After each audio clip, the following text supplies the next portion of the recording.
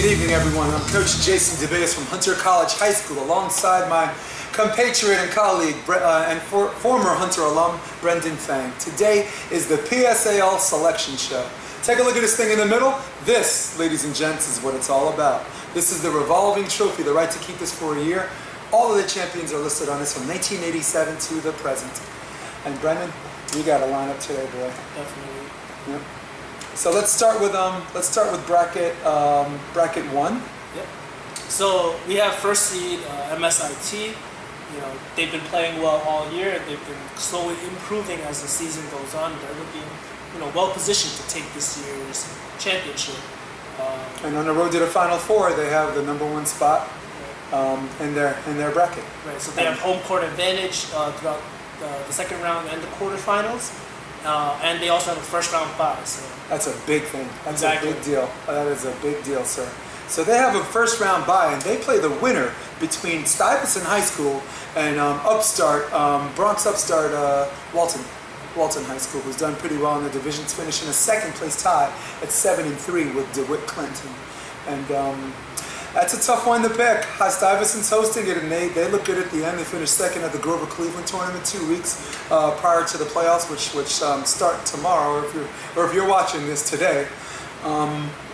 And I don't know. What do you like?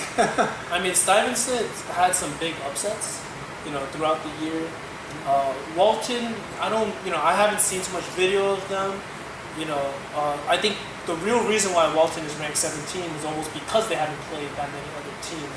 I don't think people really know how good they are, except for the two Bronx teams. Really. Yeah, I talked to head coach Andre Milson from Clinton, and I also talked to Aaron Colon, one of the more respected officials, and they said that they're a very good team on defense. They said they made an emphasis that if it's not a kill shot, if it's not what I affectionately refer to as a money shot, it's not going to go down. They're very defense savvy, and they're very athletic, and they're not the first ones to make mistakes, I guess. Yeah. So it's a tough one to pick, and I think it's really hard. And I haven't seen Walton, so as much as I'd like to pick Stuyvesant, they're kind of my pick probably because I don't know Walton. But I leave room to be wrong. We're all gonna have fun with this. We're all gonna have fun watching this later. It's a 16 versus 17 matchup. There really isn't a favorite or an upset. Or really. A huge underdog, right? Exactly. So next matchup is Townsend Harris versus Edward R. Murrow. Edward R. Murrow is an independent study school in Brooklyn, where half of their classes are independent study. You take the course objectives, take the midterm final, they give you a grade. College scouts love that. So Townsend Harris is ranked number 8, heavily, by the numbers at least, heavily favored against number 25, Edward R. Murrow. I mean, Townsend Harris won their division, and it wasn't an easy division by any means. No, by no stretch of the imagination. They had to beat Cardozo twice. Exactly. Their only loss was Bayside, whom they've already beaten. So they finished 9-1 in that division. They've earned the right. We're more, like you said, one of the more competitive divisions. And I could debate ad nauseum which is first, second, or third, but they're in the top 3. Exactly. And good for them. And I actually picked them to beat Edward R. Murrow. Edward R. Murrow has the 3rd spot in the Brooklyn A North Division, where Brooklyn Tech is, and they were 6-4, losing all of their matches to Midwood High School and to Brooklyn Tech. And with Townsend Harris as the host team and with their momentum, I don't. You cheer for the little guy, but I don't like their chances. No, and Townsend Harris is coached very well by Lauren Caccia. Yeah, you say it. You're on. I don't know. You played at Hunter College. What's her name? I think it's Lauren Caccia. Caccia. That's what my sister played for Townsend Harris, and that's what she said her name. That's right. That's right. Former Hunter College head coach and current Townsend head coach and former Marine. Lauren Caccia is coaching Townsend Harris, and they've always been competitive. Yeah, and this is the first time in their school's history they took the division, and they're just amped and pumped and ready to go. Absolutely. Next matchup is Richmond Hill and a rapidly falling, at least from the beginning of the season, LaGuardia High School. Yeah. Yeah. I mean this matchup is looking really interesting. Let's talk about LaGuardia first. About their I guess for lack of a better word, decline. Yeah. In the beginning of the season, they were explosive. They had big decisive wins over Staten Island Technikia, a big win over over Brooklyn Tech, and they were the Hunter Invitational, and they were clean. They ran shop until the finals, and they lost a very close finals, and then they scored a victory over Stuyvesant, I believe, in their whatever, and lost a very close match in 3 sets to Environmental. And from there on, it was all. If I'm not mistaken, though, was there an injury on the team? There was an injury. They run a 4-2. So there was so basically 4-2 means whoever's front row sets. It's very old school, and it's very by some people's standards low level, but at the same time productive, because they're very predictable. Vaughn Titus is their big hitter, and there's one other person, so they figured if they're not going to fool anybody, just go 4-2. And I think it's very intelligent. I mean, one of their setters got hurt, and that's where the trouble started. Exactly. Yeah, they lost a very close match to Environmental High School to finish the season, and now here they are as the 24th seed going against number 9. Am I correct? Number 9, Richmond Hill. Tell us something about Richmond Hill. I mean, they're coached by, they're very well coached. They've played pretty well all year. I don't think, you can really say that they played poorly by any stretch of the means. No. But, I don't really know what placing they had in their division. They were tied for first at 9-1 with Grover Cleveland. They have a victory. Victory over Grover Cleveland was one of their notable wins. Exactly. As was finishing first in their pool at the Cardozo tournament by beating Tottenville and beating Chaminade in 2. Exactly. Yeah. So this is a tough one for me because the thing is that if you look at how LaGuardia was playing earlier this season, it'd be really hard to pick against LaGuardia. But with Richmond Hill kind of steadily playing well throughout the season, LaGuardia on this decline, it's hard to say, whether LaGuardia can pull this upset off. Right. They do have the X factor of Vaughn Titus. I mean, if he catches fire, then this whole conference, you could just skip this whole part to the next whatever. But because he can really take over the game. Yeah. But I don't see. Would you say top 3 all-around player in PSAL? Top 5. Top 5. Okay. Top 5. Yeah. All right. We're going to talk about some of those guys a little bit later, but it would depend. It also depends heavily on how the entire team is really performing. Volleyball, you have 3 touches. Someone can't touch the ball 3 times. So, there's only so much one person can do, and But if he does catch his fire, he can do a lot. Yeah. I feel like he definitely do enough to pull an upset. But from how they've been playing at the end of the season, though, it looks like a difficult one to pull. Right. The defensive edge and digging and soft blocking and the like definitely goes to Richmond Hill. Yes, they don't take a play off, and I have seen LaGuardia take a couple of plays off. They definitely have. And I do think that if LaGuardia becomes impatient because Richmond Hill is digging them, if they become impatient and try to force it, they wind up getting blocked. They might hit a ball at 1 or 2 balls. I think Richmond Hill has the ball. If they remain patient, LaGuardia has that ball. I think this is a momentum game, 100%. If LaGuardia comes out strong, comes out swinging, comes out on fire, and Richmond Hill can't hold off that tide, can't stay with them, then I feel like LaGuardia can pull off the upset. Now, so all Richmond Hill I feel really has to do is either make sure to not kind of stay with them a little bit, withstand that surge, or not even let them surge to begin with. Jump on them first, have Richmond Hill come out, maybe put some good serves in. Make LaGuardia uncomfortable, put them out of system. I mean, it's a little hard because they're running a 4-2 or even a 5-1. Yeah.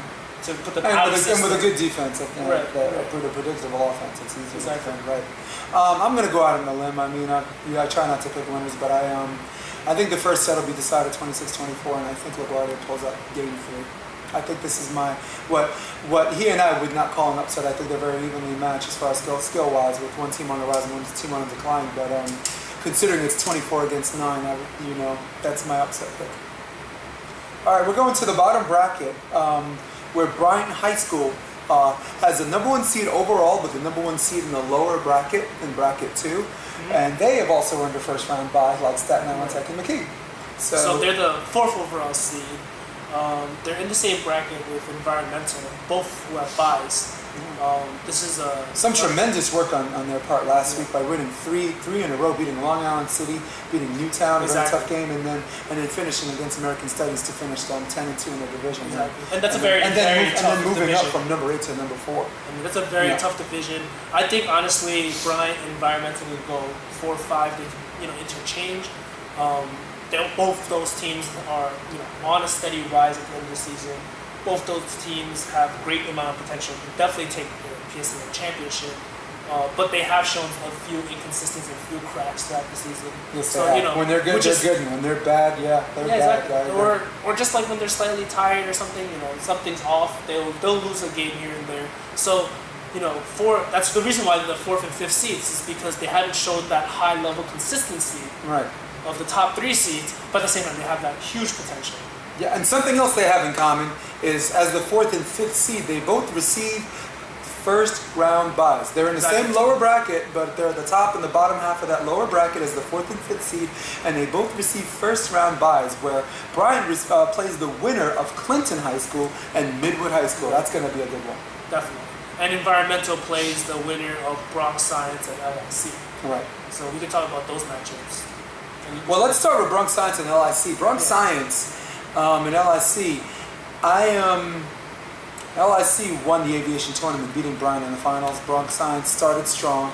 Had a little hiccup in their own division, losing to Harry Truman, but finished 9-1 and restored order in their division. And it's weird because to me, I feel like whoever hosted this game was going to be the win. Bronx Science is number 12. Long Island City is number 21. Bronx Science is hosting this, and again, this tightly contested. I feel like the victory goes to the host. It's very tough for these teams that are so far apart. Such really geographically. Whichever one is the away team really has to travel. I don't think a home team really matters if the two schools are like a couple of blocks away or in the same region. But if you're traveling from boroughs, it's going to be tough for whoever has to travel. Yeah.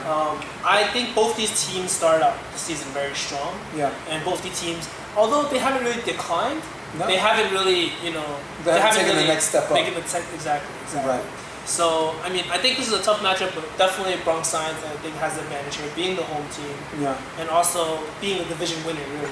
Yeah, I picked Bronx Science to win this too, but I say it with caution because if there's any team that can travel on the road and surprise some people, it is a team like Long Island City who just got into playoffs, by the way, at 7-5, the very last day before the seedings came. They were 6-5, and if they lost, they would have been out. And if they won, they were in. And American Studies was no easy test for them to get past to get in, and they got in and they earned it. And if anyone can do it, it is them. But and I will say, so I do pick Bronx Science, but with caution. Right. So let's talk about Midwood and Clinton. The winner of Midwood and Clinton plays Bryant High School. Right. I like Clinton. It's kind of. I feel like it's the same situation here, where the higher seed definitely has a huge advantage. Midwood's all the way in Brooklyn, Clinton's all the way in the Bronx. And for anyone that's lived in New York, Brooklyn and the Bronx are the other side of the world. Basically, and Midwood's not exactly in. It's not like close to Manhattan either. It's pretty. It's not It's pretty far out. The trip there will take a while. It's definitely something to worry about. It'll be really hard for the fans to travel with them. So that'll definitely be a pro-Clinton crowd there. And also, I feel that Clinton has been on a huge upswing at the end of the season, and we'll see if they can continue that momentum throughout the playoffs. Yeah, Clinton caught fire. If you saw the rankings last week, they caught absolute fire. The Seward Park tournament took first in the division, beat Fort Hamilton, and finally cooled their jets in the finals, losing to MSIT. And they were very deserving of this high spot and to host the first set. Midwood has been very good, pretty decent in their division, but very bad in tournaments. But to my understanding, a lot of my Brooklyn brethren have conveyed to me that Midwood has gotten significantly better than they were in the beginning of the season and middle of the season. Mm-hmm. How much better is the question, and if I were a guessing man, I would say not that much better where they're going to be Clinton. Yeah, especially now on the road. It'll be very difficult. you know. Yeah. But, you know, again, this could happen. They're really not that far apart in terms of seedings. 13 and 20 really aren't that far. We're going to be saying that a lot. Exactly. We're going to be saying that a lot in the show Exactly. because if there's any year where the championships up for grabs and where everybody's so closely and evenly matched, there's 27 seeds here. 25 of the 27 seeds are that, you know, I mean, we're talking about Long Island City being 21 and LaGuardia being 24. These teams can catch fire and make at least the semifinals. Definitely. So that takes care of the lower bracket. So now we're going to the other bracket where the number 3 seed, Brooklyn Tech, which is the number 3 seed, 3 ranked team, and then also in the coaches' voting poll, they remain for MSU varsity. They remain number 3, or they drop down 2 spots to number 3, and they also have a first round bye, and they play the winner of whom? American Studies and FDR. You know, I'm not too familiar with FDR. I haven't really seen too much video on them, but American Studies is part of that really tough Queens A division. Yeah. FDR finished in the semifinals of the A-Division tournament. It's one of the only things I know. I know Michael Hand is the head coach, and they were pretty good in 2013 and as a 7th seed, but they got upset by Environmental in the first round, and it seems like they haven't really recovered from that since. But that's a pretty painful loss to lose in the first round. It is. But you know, I think that again, this is another situation where home team. You know, I mean, this is going to be very repetitive. Where, you know, with this new change, I feel where a lot of the playoffs, where the home team is hosting. You know, I feel like this is not a bad change, at least for the first round, because you know you win you get the higher seed. I feel like you deserve home court advantage, at least for the first and second rounds. Yeah. Know? Well, the top 8. Yeah. Yeah, exactly. So you have 14 and 18? 19. 14 and 19. And American Studies, quality of competition, being in that division, having to play Long Island City twice, Bryan twice, having to play... Those guys have seen their seniors and juniors win the championship, not 2 years ago, you know. Yep. So those guys... And get to the Final 8. Exactly. And get to the quarterfinals and lose a 32-30 heartbreaker to Staten Island Tech. So, yeah. You know, those guys are experienced. They know, even if maybe the talent level isn't that high this year, like they have the Casca brothers, you know, those guys will always be a tough out for anybody. And I think in the first round it might be too tough for FDR to pull out the upset. I like American Studies in two sets to 0. So American Studies and FDR play Brooklyn Tech, who has a bye in the first round. Going to the lower part of that third bracket, we have Seward Park facing Bayside High School. Seward Park is the 11th seed. 11th seed. Seed number 11, and Bayside is 22. I mean, Bayside has had a few upsets in that really tough Queens division. You know, they beat Townsend Harris. Yeah. Did they take a set off of they took I think they took a set off of the other teams as well. Yeah, Cardozo they took a set from. Exactly. Cardozo beat them in 3, but it was tight. So they played tough, and I think that they may prove some problems to Seward Park, who although they play extremely consistently, you know, might lose a game here and there just because, you know, of just general, like, lack of, I guess you could say, of a go-to player. Right. Well, Bayside is certainly no stranger to winning on the road. Exactly. And in the playoffs, last year Wagner had a pretty high seed, and they upset Wagner 2-0, and then and so who knows? They might be able to do it again. But Seward Park, they're like Bryan in a sense that they're an up and down team. They don't really have any kinks in their armor. All 6 players have very good hands for off hands. All 6 players are good blockers. You have a very intelligent setter, and they run a faster outside set. Exactly. And I think that might serve as an advantage as I picked them to beat Bayside 2-0. You know, it's just hard for any of the Bayside teams to really travel. I mean, they can do it. You know, they've done it before. They've won on the road before. But, you know, it's still a pretty far trip from there all the way into Chinatown. Yeah, it is. Where Seward Park is hosting. So, you know, I feel like I like Seward Park in 3 for this one. You know, I think that Bayside might be able to clutch out a set, but it'll be really hard to be able for them to win 2. All right. Okay. And in the bottom part of that third bracket, you have the number 6 seed, Grover Cleveland. Unlike the previous 5, does not have a bye in the first round. They face, who do they face? They face number 27, New Dorp. New Dorp on the day before the seeding meeting had a win and in game against Wagner. If they beat Wagner, they're in. If they don't beat Wagner, they're out. And Wagner's in. They won, and they finished 6-4, and they've earned the right as the last spot.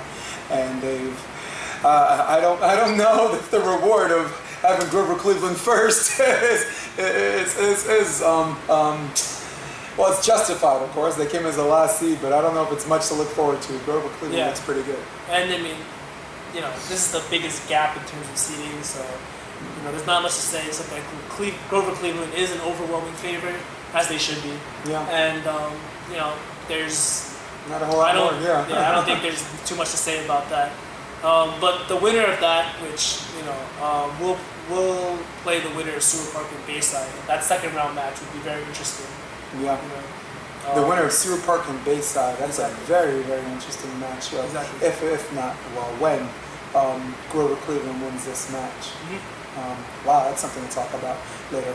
And now we have the last bracket. Bracket number 4. Exactly. This bracket is headed by Fort Hamilton as the overall number 2 seed and the only team that has a bye in this bracket.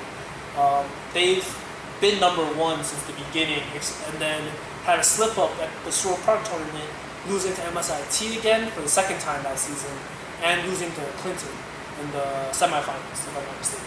Yeah. So they, They've had some hiccups. Right, yeah. Exactly. I said it earlier on in the season that they would stay number 1 as long as they didn't have any bad losses. Well, they had 2 bad losses, so they only dropped to number 2, which is exactly where we saw them. Yeah. You get 1 therefore. You have a home match, the first round, second round, and the quarterfinals. All of those are matches. Playoff matches go to the higher seed. So Fort Hamilton knew they had to do 2 things to be top 4. One was get at least 1 tournament win. They got 2. And they've had some pretty good semifinals and finals finishes as well. And the second thing they needed to do was take care of their division, which has New Utrecht and has FDR. They finished 10-0 division, the first time someone's finished undefeated in this division since the realignment. Exactly. So they have to face the winner of number 15 Townsend and number 18 Aviation. 2 teams that are very interesting. They have done well against some of the good teams. Aviation, I believe, beat LIC. If I'm not mistaken. Aviation did it, and they're in the division. They played twice. Exactly. They beat them once. Aviation has some quality wins in their own division, and that's a very, very tough division. So, they've definitely earned their 18th seed. They've again lost in the division as well, and they haven't gone to too many tournaments. They obviously hosted the Aviation tournament. Yeah. Did all right there. So I feel like that did well at Bronx Science. Did well at Bronx Science, exactly. Yeah. So finished first in pool at the Aviation tournament. Exactly. Yeah. So they did fine. And we can't emphasize how tough this division is. I mean, people watching this like, why do you keep talking about this division? Why do you keep talking about Queens A West? I'll tell you why. This is the most competitive division, at least since the realignment last year and before that, when American Studies was in this division. It's very, very difficult to come out. Good teams, Flushing, good teams are not coming out of this division. Long Island City barely got out of this division. Right. Last season, in the Final 8, in the quarterfinals, 3 teams representing the Final 8 were from this division, so they have to be talked about. Exactly. And it has to be an emphasis. And for that, if I had to go on that alone for them to beat Tottenville, that'd be enough. However, Townsend did play well at their own tournament. They have played first in the pool, yeah. Exactly, first in the pool. They've done well all season, really. Like they haven't. I don't think they've had any, crazy bad losses, like losses to teams that you could say were like they really dropped the ball. I think they lost against teams that were better than them, really, like MSIT, teams that are ranked higher than them. So, and they have, they've competed with them. It's not like they got blown out of it. So, So, is this one of those things where we think that the advantage once again goes to the home team? I think 100% this goes to the home team. For those of you who don't know where Townsend is, I've actually taken public transportation to Townsend from Queens. Aviation, by the way, is probably around 20 minutes about where I used to live in Queens. So it took me 2.5 hours to get to Townsend from public transportation. So subtract half an hour from that, and you get 2-hour trip. I'll do 2-hour trip. I'll do one. Oh man, I'll do one mean, worse than you. How about forget public transportation? How about actually driving there? Where driving there is so long. It's the traffic just getting to Staten Island or whatever. Yeah. They take your dinner money just across a bridge. The toll is absolutely ridiculous. And then you still have this competitive team at the bottom of the island, which you have to continue to travel to look forward to. Exactly. So yeah. I mean, even if you drive, it's like an hour and a half. Yeah. So if they make this match on time and don't forfeit the first set, I pick Tottenville in 3. Even if Aviation were full of players who didn't even have the slightest bit of motion sickness, couldn't care less about the ride, you know, they had like a coach bus so they could stretch out their legs, you know, even giving all of that, just the trip alone, you know, for those who don't know, it's, you know, it's a tough trip. It just really is. You know, whichever way you go about it, public transportation or Tottenville hurts. Tottenville in 3, if not in 2. Really, I think the home court advantage is that large. Okay, let's continue into this bracket where we have 4 other teams to talk about that have the right to play each other if they win. So we have Cardozo playing New Utrecht. Cardozo is the number 10 seed playing New Utrecht. What seed are they? 23. So 10 versus 23. Once again, this is, and I sound like I'm repeating myself, home field advantage speaks volumes. New Utrecht played Fort Hamilton very, very tough last week in a divisional game. Lost in 3 sets. I believe one of the sets was 29-27. And now Cardozo, who has kind of had an off year, but has had some sparks here and there. Notable wins against Hunter High School, and another notable win against Dan Squirrell, the head coach, against his brother Frank Squirrell at Richmond helps. 2 first place teams they beat, and I gotta go with them. I gotta go with the Queens. I just think that even though New Utrecht plays teams tough, I don't see them being able to beat Cardozo. You know, I think at best, even, you know, considering the home field advantage, considering the 2 teams, you know, at best they clutch out like a 2-point victory in the first or second set, but then I don't really see them, you know, being able to take 2 sets away from Cardozo. It's just a really tough to travel to take 2 of 3 from that team. Yeah. Oh yeah. So Cardozo in 2. I agree. And lastly, Dan Squirrell is very ready for the playoffs. And lastly, we have Hunter College High School, the 7th seed, playing against the 26th seed Hillcrest. I of course will abstain from picking a winner because not only am I calling the match, not as a commentator, I'm the head coach. So for professional and personal reasons and motivational reasons, I will not pick a winner. I will say something about Hunter College High School, my team, that we've had a very strong beginning of the season. We had a very rocky middle of the season, and at the end of the season, we're picking up momentum, where we try to make sure we're playing our best volleyball at the end. That was something that we did last year. That's something that we didn't do, that they haven't done in previous years, but a sophomore-laden team is finally showing signs of maturity and directional motivation where we need to go. And they're headed by a steady senior, Kevin Shin, you know, captain, and he, you know, it was very strange because even though they had a great beginning, he was actually not there for a good amount of the beginning of the season. Kevin Shin had theater commitments that made him miss 2 very important tournaments at Tottenville and Powell, my other outside hitter, he also had academic commitments that 3 of the 4 tournaments I didn't have my starting outside, and I run a 2-passer system because Kevin's the best serve receiver in New York City, so he passes half the court, and yeah, it's a brave thing to say, but if you think of another name, and I'll shut up. But Hillcrest, I don't know a whole lot about. I know that they're a good defensive team, and I know that if they got 6 wins in a division that has Grover Cleveland and that has Richmond Hill, then they're definitely worthy of my attention. Yes, I mean, I haven't watched any video on Hillcrest, so I can't say too much about them. As for Hunter, I feel that, you know, that the win against Seward Park at the end of the season was huge for both their confidence and for ranking. So, you know, if you're wondering why Hunter is above Seward Park, well, that's the reason why, because they won 2 out of 3 head-to-head. And they've been looking a lot better lately, and, you know, hopefully they can make a run You know, I won't make any predictions, but just based on the seedings alone, Hunter is the clear favorite here. Well, Hunter playing at home as well, and again, home team. Well, Hunter comes in as a 7th seed, and there are questions about that because of their lack of progress in 3 of the 4 tournaments. And I think the answer to that is Seward Park. If they're not in our division, they're taking first in at least four different divisions that we'd already mentioned. They're that worthy, and they're a team that we had to play not once, not twice, but we have to play them 3 times. We took 2 out of 3 matches from them to earn the right for first place, sole possession of first place. By the way, it's our 4th consecutive year that Hunter takes first place without having to share it. That's the first thing, and the second thing is, even though we were the prisoner of early success, there's something to be said about that success. If you win a tournament, you can't say that doesn't count. There's something to be said about teams who play well in tournaments and that catch fire and make it to the finals. And there's also something to be said about teams that, when it's time to deliver and win in those finals, you have to give the devil their due, and that's as much horn tooting as I'll do about my own team. If you watch that tournament too, we can see that the MSIT team at that tournament is completely different now. Yeah.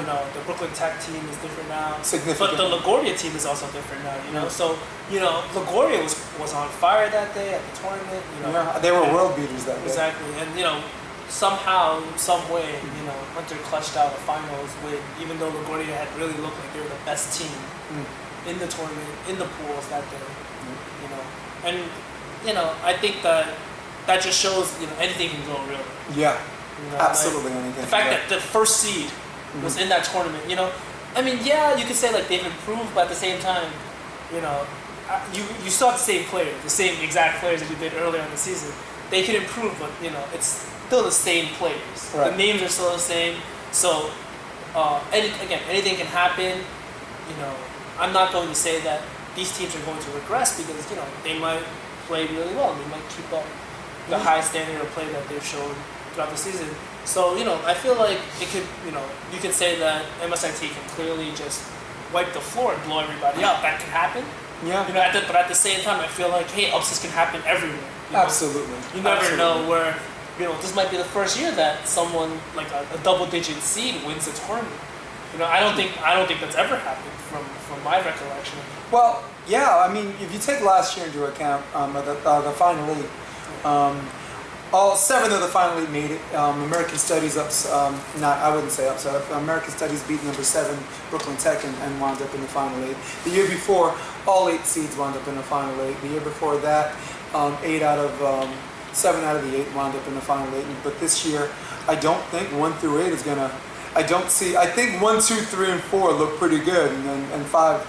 And I don't know. I honestly can't. I mean, looking at the brackets, and you guys can look at it. You can look at it right now if you want. I don't see all 8 teams making it this year again. I wouldn't be surprised to see a 6 seed win. Last year, the number 1 seed won. The year before that, the number 1 seed won. The year before that, the number 1 seed won. 2011, Bryant, the number 1 seed won. Cardozo was number 3 the year before that, and they won. But this year could be a year that number 1 is not necessarily number 1. Right. Yeah. But it could also be that number 1 is number 1. Yeah, wouldn't that be something at the end of the day, right? Yeah, I mean, it definitely can happen. With the field like it is. As I said, anything can happen. Yep. Anything can happen. So, who's your pick to make it to the finals? Who's your pick to win the first round? Who's your pick to make it to the second round? Let me know. All right. That's all for today, right? For Brendan Feng, I'm Coach Jason DeVilliers. So long.